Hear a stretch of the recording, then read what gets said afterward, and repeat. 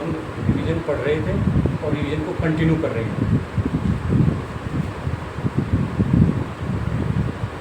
Section 441 revision by additional session code. इससे पहले हमने सेक्शन 440 पढ़ा था, उसमें बताया गया था कि रिवीजन बाय सेशन कोड, तो 441 बताता है revision by additional session code.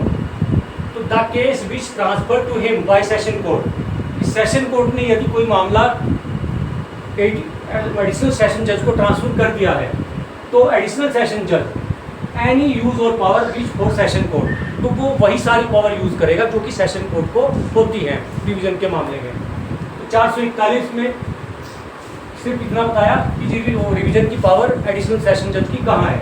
यहाँ पर क्वेश्चन बनने की संभावना प्री में ये है कि सेशन कोड को रिवीजन की पावर कहाँ है, सेक्शन 440 में, एडिशनल सेशन जज को कहाँ है 441 में, और हाई कोर्ट को रिवीजन, जो रिवीजन की पावर है हाई कोर्ट की, वो कौन से सेक्शन में है, तो वो सेक्शन आपका ही 442। तो power of high court to revision, high court की रिवीजन को लेकर क्या पावर है वो बताया गया है सेक्शन 442 में। तो 442 क्या कहता है, हाई कोर्ट में कॉल एनी प्रोसीडिंग रिकॉर्ड और ऑर्डर फॉर रिवीजन इटसेल्फ और अदरवाइज, यानी कि जब हाई कोर्ट के पास कोई रिवीजन गई तो वो क्या करेगा, कोई ऑर्डर यानी वो जो रिकॉर्ड है तो उसको अपने पास मंगा लेगा। May use power for it as an appellate court, और अपनी पावर का इस्तेमाल करेगा, प्रयोग करेगा एज ए अपीलेट कोर्ट की तरह। यहाँ बताया गया कि order when prejudice the right of accused will be given after giving the hearing opportunity to accused. मान लीजिए रिवीजन को देखने के बाद उन्होंने रिकॉर्ड मंगाया, रिकॉर्ड को देखने के बाद कोई ऐसा ऑर्डर पास करना है जो कि एक्यूज के खिलाफ है, तो ऐसे ऑर्डर को पास करने से पहले एक्यूज को सुनवाई का अवसर दिया जाएगा। एक्यूज को सुनवाई का अवसर दिए बगैर कोई भी जो प्रेजुडाइज, कोई प्रतिकूल प्रभाव पड़ने की यदि संभावना है तो ऐसा ऑर्डर पास नहीं किया जाएगा। नंबर 3 क्या कहता है, finding of acquittal will not be convert into conviction. अगर मान लीजिए कोई एक्विटल हुई थी और उसकी रिवीजन फाइल हुई है हाई कोर्ट में, तो एक्विटल के अगेंस्ट जाकर उसको कन्विक्शन में कन्वर्ट नहीं करेगा रिवीजन के मामले में। अपील के मामले में फैसले को बदल सकता है, बदला जा सकता है फैसला एक्विटल का कन्विक्शन में, कन्विक्शन का एक्विटल में, मगर यहाँ पर साफ बता दिया कि रिवीजन में यदि कोई एक्विटल हुई है और हाई कोर्ट को रिवीजन फाइल की गई है तो वो एक्विटल को कन्विक्शन में कन्वर्ट नहीं करेगा। आगे बताया कि appeal right available appeal lies no right to revision. यदि किसी मामले में अपील का राइट है तो उसमें रिवीजन फाइल नहीं होगी, अपील ही फाइल करनी पड़ेगी।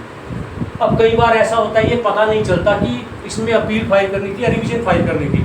मान लीजिए कोई रिवीजन फाइल कर दी जाती है मगर उसमें होनी थी अपील फाइल, तो 5वां जो क्लॉज है आपको वो यही कहता है कि व्हेन रिवीजन फाइल, जब रिवीजन फाइल की जाती है, आफ्टर दैट फाइंड दैट, और उसके बाद पता चलता है he had to right file appeal, कि उसको तो अपील फाइल करने का राइट था, proceed it as deemed the appeal petition, तो इस रिवीजन को ही अपील पिटीशन मान लिया जाएगा।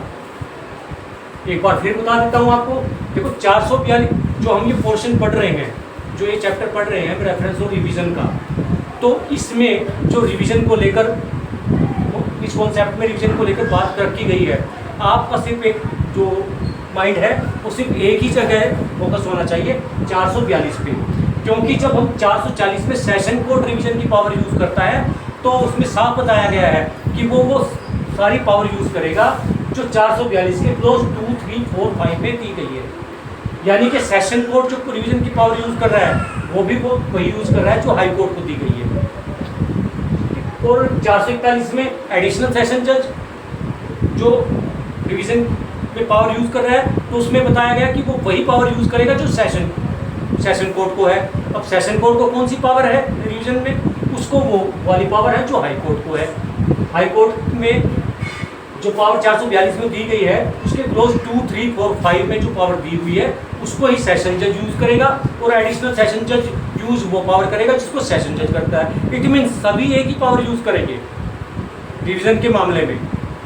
ठीक है, सिर्फ ध्यान आपको ये रखना है प्री के पॉइंट ऑफ व्यू से कि रिवीजन की जो पावर है सेशन जज को कहाँ है 440 में, एडिशनल सेशन जज को 441 में।